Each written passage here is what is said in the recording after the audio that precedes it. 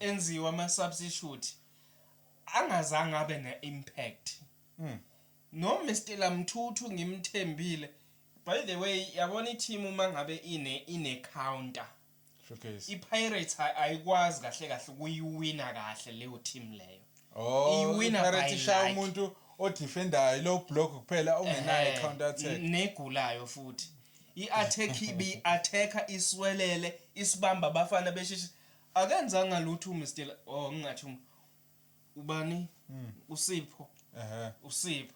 Ayikho i-change. Ungene apolice waphuma uNdaba amapolice 40 apolice 40 ila ngivele ngabona khona uthi hayi seyilahlile waphuma noMbatha emva kwaloko ukuthi iPirate idlale kube mnandi la eswini akuzange kusenzeka.